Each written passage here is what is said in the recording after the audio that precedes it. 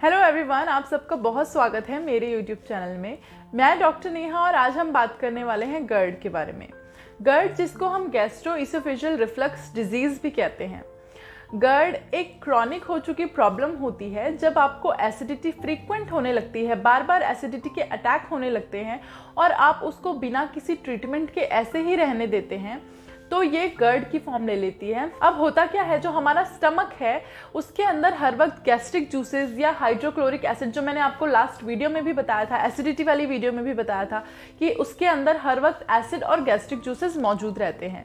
जो हमारे पेट की लाइनिंग होती है ये इस एसिड के लिए यूज टू होती है। मतलब यहाँ पे अगर एसिड या ये गैस्ट्रिक जूसेस रहते हैं तो इनकी जो वॉल है वो उसको हार्म नहीं पहुँचाते हैं। बट अगर ये एसिड बार बार ऊपर आने लगे तो जो हमारी फूड पाइप होती है वो इस एसिड के लिए यूज टू नहीं होती। तो जब ये एसिड ऊपर आएगा, बार बार ऊपर आने लगेगा, तो आपकी जो खाने की नली है उसको डैमेज कर सकती है। अब अगर हम ये देखें कि हमारा जो एसिड है वो बार बार ऊपर क्यों आ रहा है, हमें एसिडिटी की प्रॉब्लम क्यों हो रही है, तो इसके पीछे का मेन रीज़न है जो हमारा फूड पाइप, मतलब जो हमारा इसोफेगस है और हमारा जो पेट है, इसके बीच में एक मसल होती है जो टाइटली क्लोज होती है। जब भी हम खाना खाते हैं तो ये मसल ओपन होती है, खाना हमारे पेट में जाता है और ये मसल दोबारा से बंद हो जाती है। लेकिन जैसे ही ये मसल लूज हो जाती है, इस मसल को हम कहते हैं लोअर इसोफेजियल स्फिंक्टर। जैसे ही ये लूज हो जाता है ये रिंग, तो आपको एसिड जो है वो ऊपर को आने लगता है। अब एसिड अगर बार बार ऊपर आएगा तो इससे आपकी फूड पाइप डैमेज होगी, वहाँ पे इन्फ्लामेशन होगी, वहाँ पे आपको बार बार इरिटेशन रहेगी। डैमेज होने के साथ साथ आपको वहाँ पे अल्सर्स डेवलप हो सकते हैं। अगर आप इसको अनट्रीटेड रहने दें तो आपको फूड पाइप का कैंसर तक हो सकता है। अब बात कर लेते हैं इसके रिस्क फैक्टर, मतलब किन लोगों में गर्ड की प्रॉब्लम ज़्यादा देखी जा सकती है। सबसे पहला है ओबेसिटी। जो लोग मोटापे से ग्रस्त हैं उन लोगों में गर्ड की प्रॉब्लम देखी जा सकती है। प्रेगनेंसी के जो लास्ट मंथ होते हैं तब भी आपको एसिडिटी हो सकती है। इसके अलावा जो लोग क्रॉनिक स्मोकर्स हैं, ये लोग हाई रिस्क पे होते हैं एसिडिटी या गर्ड होने के। जिन लोगों का अल्कोहल कंजप्शन बहुत ज़्यादा हाई है, ऐसे लोगों को भी एसिडिटी या गर्ड होने के चांसेस बहुत ज़्यादा बढ़ जाते हैं। इसके अलावा एलोपैथी में दी जाने वाली antihistamines, sedatives, beta blockers, BP की दवाई, एज़मा की दवाई, नींद की दवाई, डिप्रेशन की दवाई, ये सारी जो मेडिसिन होती हैं ये आपके लोअर इसोफेजियल स्फिंक्टर को लूज करके चलती हैं। और जब ये आपके वो रिंग को लूज करती हैं तो स्वाभाविक है कि आपको एसिडिटी या गर्ड की प्रॉब्लम होनी ही होनी है। इसलिए अपने शरीर का खास ध्यान रखिए, अपने लिए हमेशा बेहतर और नेचुरल चुनिए। अब बात कर लेते हैं गर्ड के सिम्टम्स यानी लक्षणों के बारे में। गर्ड में होने वाला जो पेन होता है, जो बर्निंग होती है, ये काफ़ी ज़्यादा सीवियर होती है। एंटासिड या कुछ मेडिसिन लेने के बाद भी आपको इससे आराम नहीं मिलता है। गर्ड होने के बाद आपकी जो सांस है उनमें बदबू आने लगती है। हार्टबर्न जो होता है गर्ड में, ये लगातार आपको बना रहता है। एसिड जो है ऊपर आता है, कभी कभी खाना आपके मुंह में आ जाता है और आपके जो दांत है वो बहुत ज़्यादा सेंसिटिव होते हैं।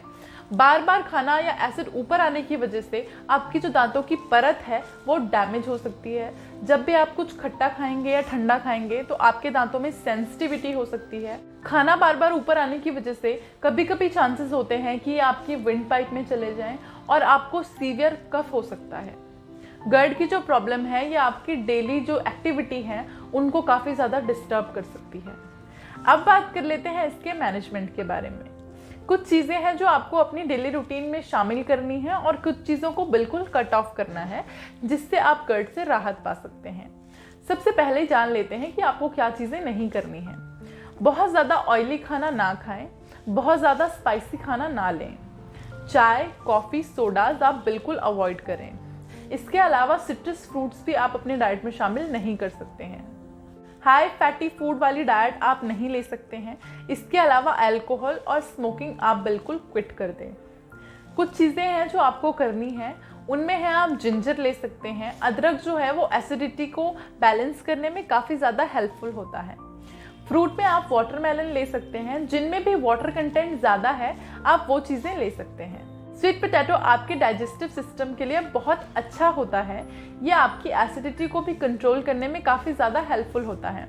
इसके अलावा आप ओट मील लें, आप लो फैट प्रोटीन ले सकते हैं, आप योगर्ट भी फ्रेश और मीठा योगर्ट आप ले सकते हैं। अब बात कर लेते हैं GERD के ट्रीटमेंट यानी होम्योपैथिक मेडिसिन के बारे में। सबसे पहली जो मेडिसिन है वो है आर्सेनिकम एल्बम। आर्सेनिक हम ऐसे पेशेंट्स को देते हैं जो कंप्लेन करते हैं कि उनके पेट में हर वक्त बर्निंग हो रही है, हर वक्त जलन उनके पेट में रहती है और उनका जो खाना है वो फूड पाइप में आके ऐसा लगता है कि फंस गया है, बर्निंग हो रही है उनको फूड पाइप में। इसके अलावा जब वो कोई भी गर्म ड्रिंक लेते हैं, वार्म ड्रिंक लेते हैं तो उनको थोड़ा सा आराम मिलता है। ऐसे पेशेंट्स को बार बार प्यास लगती है, लेकिन प्यास लगने पे वो थोड़ा सा ही पानी पी पाते हैं। इसके बाद जो मेडिसिन है वो है कार्बोवेज। पेशेंट कंप्लेन करते हैं कि उनका जो पेट है वो उनको ब्लोटेड लग रहा है, जो भी उन्होंने खाना खाया है वो उनकी चेस्ट में या स्टमक में ऐसा लगता है कि हैवीनेस हो गई है, खाना खाने के बाद खाना वहाँ पे अटका हुआ है। अगली जो मेडिसिन है वो है नक्सवामिका। नक्सवामिका हम ऐसे पेशेंट्स को देते हैं जिनमें एसिडिटी डेवलप हुई हो उनकी सेडेंटरी लाइफस्टाइल की वजह से, जिनका फिजिकल वर्क जीरो है, जिनको स्ट्रेस है। नक्सवामिका के जो पेशेंट हैं वो कंप्लेन करते हैं कि उनका जो पेट है, उनको स्टमक में हर वक्त एक डिस्कम्फर्ट रहता है। इसके साथ साथ उनको नौशिया यानी उल्टी का मन करता है, उनका पेट ठीक से साफ नहीं होता है, उनको कॉन्स्टिपेशन की भी प्रॉब्लम होती है। अगली जो मेडिसिन है वो है नैट्रम फॉस। नैट्रम फॉस के पेशेंट्स कंप्लेन करते हैं कि कोई भी मील लेने के बाद उनको इंडाइजेशन यानी अपच की शिकायत हो जाती है।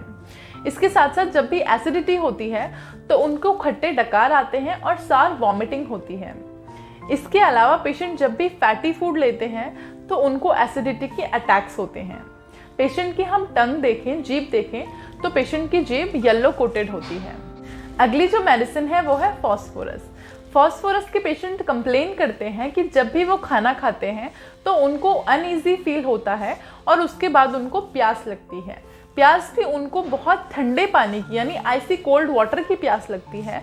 जब भी वो पानी पीते हैं तो बेटर फील करते हैं, लेकिन जैसे ही ये ठंडा पानी उनके पेट में थोड़ी देर रहने के बाद गर्म होता है तो उनको वॉमिटिंग होती है। वॉमिटिंग भी अनडाइजेस्टेड फूड पार्टिकल्स की होती है, मतलब जब भी वो वॉमिटिंग करेंगे तो खाना जो है वो ठीक से डाइजेस्ट नहीं हुआ होता और उस खाने की उनको वॉमिटिंग होती है। ऐसे पेशेंट्स को अगर हम मेंटली देखें तो ये बहुत ज़्यादा माइल्ड होते हैं और हर वक्त कंपनी की डिज़ायर होती है इनको। आई होप ये वीडियो आपके लिए हेल्पफुल रही हो। अगर ये वीडियो अच्छी लगी तो वीडियो को लाइक कीजिए, चैनल को ज़रूर सब्सक्राइब कीजिए और वीडियो को ज़्यादा से ज़्यादा शेयर कीजिए। इससे जुड़िए किसी और बीमारी के बारे में जानकारी के लिए आप स्क्रीन पर दिए गए नंबर पर कॉल या व्हाट्सएप कर सकते हैं। Thank you.